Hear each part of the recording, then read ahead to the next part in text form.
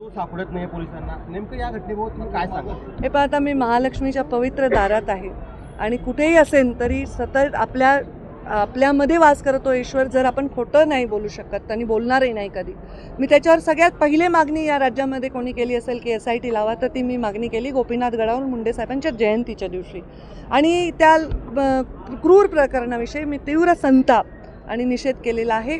आणि आता गृहमंत्री आणि मुख्यमंत्री दोन्ही देवेंद्रजी असल्यामुळे ते त्याच्यामध्ये जातीने लक्ष घालून न्याय भूमिका घेऊन त्या माझ्या लेकराला न्याय देतील. कारण तो माझा बूथ प्रमुख होता, तर माझ्यावर काम करत होता देशमुख. तो माझ्याबरोबर एक चांगला सरपंच म्हणून त्यांनी काम केलेलं आहे आणि त्याच्या घरच्यांना न्याय देतील असं मला विश्वास आहे. गडचिरोलीच्या पालकमंत्रीपदासंदर्भात काल फडणवीसांनी एक स्टेटमेंट केलं होतं. काय वाटतं की त्यांनी घ्यावं का गडचिरोलीचं? त्यांनी काय करावं हे मी सांगणं योग्य नाही. निर्बंध म्हणजे ते काही योजना नाही, ते निर्बंधच आहे. लोकांनी संस्कारातून माणसं तयार झाली पाहिजे, हे फार आवश्यकता आहे. आणि शासन कडक त्यांना झालं तर नक्कीच दुसरा माणूस विचार करेल अशा घटना. काही देशमुख प्रकरणामध्ये आपण बघितलं तर धनंजय मुंडे यांच्या नावानं विरोधक आहेत ते आरोप करत आहेत की त्यांचं नाव यामध्ये घेतलं जाते, त्यांचा सहभाग असा आरोप विरोधक करत आहेत. हे पहा, विरोधक किंवा कोणीही करत आहे, विरोधकच करतात. सूचना सानिया धीरज चव्हाण वय वर्ष 7 या नावाची मुलगी सापडलेली आहे. तिच्या नातेवाईकांनी मंदिर कार्यालयाशी संपर्क साधायचा आहे. सानिया धीरज चव्हाण वय वर्ष 7 राहणार आळंदी पुणे. मला सांगायचंय की ती विदारक अवस्था बदलण्याची गरज आहे. एखादा गुन्हा झाला तर गुन्हेगाराला शिक्षा देण्याची गरज आहे. मी काल TV लावला, बारामतीत 23 वर्षीय मुलाचा खून, पुण्यामध्ये अजूनही मुळशी पॅटर्नचा कोयता गँग ॲक्टिव्ह आहे. सगळ्याच ठिकाणी हे घडतंय. तर त्याच्यामुळे त्याच्यात कुठलंही राजकारण, त्याच्यात कुठलंही असं सनसनी न करता त्याच्यामध्ये सामान्य माणसाला वाटावं की सरकार न्याय देते, अशी भूमिका आम्ही सर्वांनी घ्यायची आहे. मुख्यमंत्री घेतील याचा मला विश्वास आहे. आणि त्यामुळे हे जे मजूर आहेत, गरीब आहेत, यांचं जीवनाचं उत्थान करण्यासाठी योगदान द्यायचं आहे. ऊसतोड कामगारांचं तर करायचं आहे, पण सर्वच कामगारांची तशी, स्थलांतरित होणाऱ्या कामगारांची तशीच परिस्थिती. बदलापूर नंतर आता कल्याणमध्ये देखील एक घटना घडली. काम कशा पद्धतीने चालू आहे आणि साधारण 13 लाख मुलं शिक्षणापासून वंचित आहेत. ते त्याच्यामध्ये आता मला तर डिपार्टमेंट किंवा ते आढावा मी घेतला नाही, पण जेवढं मला त्याच्यातलं ज्ञान आहे तेव्हा ती मुलं गावाकडेच राहतात, आईवडिलांवर जात नाही, अगदी तहानी जातात. आणि त्यांच्या तिथे शाळा आणि त्यांचं राहण्याची व्यवस्था ही डिसेंट्रलाइज आहे.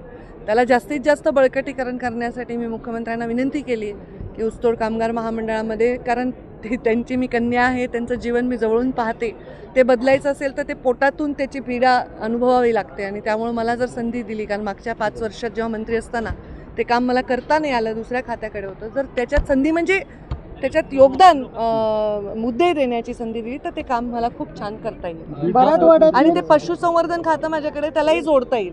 कारण यांच्याकडे यांचं पशु असतात, बैल जोडी असते, तर त्याला पण आपल्याला मदत करता येईल. मराठवाड्यातील 29% असू दे किंवा विज्ञान असू दे, ते तर फार लांबची गोष्ट राहिली. काय मी आता ते सर्वेक्षण पाहिलं नाही, ते किती ऑथेंटिक आहे ह्याच्यावर मी काही चर्चा करू शकणार नाही. पण सरकारी शाळांचं शिक्षण सुधारण्यासाठी योगदान त्या खात्यांकडनं झालं तर नक्कीच ह्या विद्यार्थ्यांची त्यांचा संपूर्णतः दोष आहे असं म्हणता येणार नाही. शिक्षण पद्धतीमध्ये अजून बदल करता येईल. पर्यावरणासारखं आपल्याकडे महत्त्वाचं खातं आहे. खास करून मुंबईच्या हवेसंदर्भात खूप चिंता आहे, ती व्यक्त केली जाते. काय मुंबई संदर्भात काय आताच मी आढावा घेतला. मुंबई आणि पुणे मेट्रो सिटीज आहेत, त्याच्यामध्ये प्रदूषण वाढलंय. त्याचे अनेक कारण आहेत. त्याच्यामध्ये एक सगळ्यात महत्त्वाचं कारण म्हणजे भरपूर आता कामं चालू आहेत.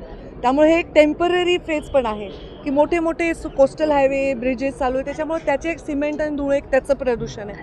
परत तापमान कमी झालेलं असल्यामुळे सुद्धा आणि समुद्राची हवा आहे, तिचं बाष्पीभवन होऊन तापमान कमी असताना ते वर जात नाही आणि तिथेच थांबतं. त्याच्यामुळे ते कसं स्मॉगचं वातावरण दिसतंय. आणि काही फॅक्टऱ्यांचं तर मी स्वतः जातीने लक्ष घालणार आहे की प्रदूषणाचे ते नियम कसे पाळतात. काही बीडमधील घटना आपल्याला माहितीच आहे. खरं तर मी शिवशक्ती परिक्रमा जेव्हा केली होती तेव्हा महाराष्ट्रातील सर्व शक्तिपीठांचं आणि सर्व ज्योतिर्लिंगांचं दर्शन घेतलं होतं. आता मार्गशीर्ष महिन्याचा गुरुवार आहे आणि आपल्याकडे खूप मान्यता आहे. मलाही आत्ता ह्या गोष्टी कळायला लागल्या. तर तेव्हा मी म्हणलं होतं की मी शिवशक्ती परिक्रमेत आले, पण दरवर्षी महालक्ष्मीच्या चरणी मी नतमस्तक होण्यासाठी येईन. योगायोगाने दरवेळी आले तेव्हा वेगळ्या भूमिका मिळत गेल्या. आजही मी इथे राज्याचे कॅबिनेट मंत्री म्हणून आले आहे. करवीर पीठवासिनी अंबाबाईच्या चरणी नतमस्तक झाले, कारण शेवटी महालक्ष्मीचा आशीर्वाद असल्याशिवाय कुठलंही कार्य आपण सफल करू शकत नाही. आणि म्हणून इथे सेवा करायची संधी मिळावी. आणि आता माझ्याकडे खातं जे आलं आहे ते साक्षात सृष्टीला म्हणजे वाचवण्यासाठी जगभरातून जे योगदान होणार आहे त्याच्यामध्ये मला योगदान देता येणार आहे. एक ग्लोबल विषय माझ्या हातात आलेला आहे, तो म्हणजे पर्यावरणाचा आहे. आत्ताच आमदार मी अमल महाडिकांशी चर्चा करत असताना मी इथे मागच्याही वेळी भेट दिली होती, इथे पूर आला होता मोठा, तेव्हा आम्ही असं ठरवलं आहे की या कॅबिनेट मंत्रिपदाच्या काळामध्ये या भागाला पर्यावरणाच्या माध्यमातून पूरमुक्त करण्यासाठी काय योजना करता येतील त्या करायच्या. आणि त्याचबरोबर प्रदूषणमुक्त नद्या करण्याचंही डिपार्टमेंट माझ्याकडे असल्यामुळे पंचगंगेचा काम हातामध्ये घेऊन हे प्रदूषणमुक्त करण्यासाठी मी स्वतः प्रधानमंत्री नरेंद्र मोदी आणि आमचे केंद्रीय मंत्री भूपेंद्र यादव यांची भेट घेणार आहे आणि मी या कामामध्ये योगदान देणार आहे. मला हे खूप आनंद वाटतोय की मनुष्याच्या तर कामाला आपण आलोच, पण आता मानव जातीला जर वाचवायचं असेल तर पर्यावरण वाचवायचं आहे आणि त्या कामासाठी आता मला योगदान देता येईल. या प्रश्नाला मी उत्तर द्यावं.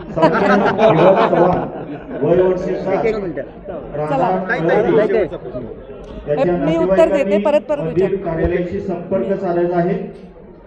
हे पहा, याच्यावर मी विधान भवनाच्या पवित्र प्रांगणामध्ये बोललेली आहे आणि मी वेळोवेळी बोललेली आहे. योग्य न्याय करायची भूमिका आणि त्याचं खातं हे मुख्यमंत्र्यांकडे, त्यांच्यावर आमचा संपूर्ण विश्वास आहे, ते योग्य न्याय करतील. त्यामुळं मी गुन्हेगार कोण हे सांगू शकत नाही, ते फक्त यंत्रणा सांगू शकतात आणि यंत्रणा त्याचा तपास.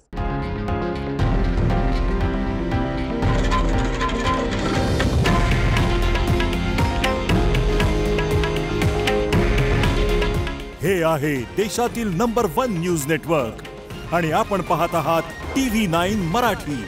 काळजी तुमची, हित महाराष्ट्राचं.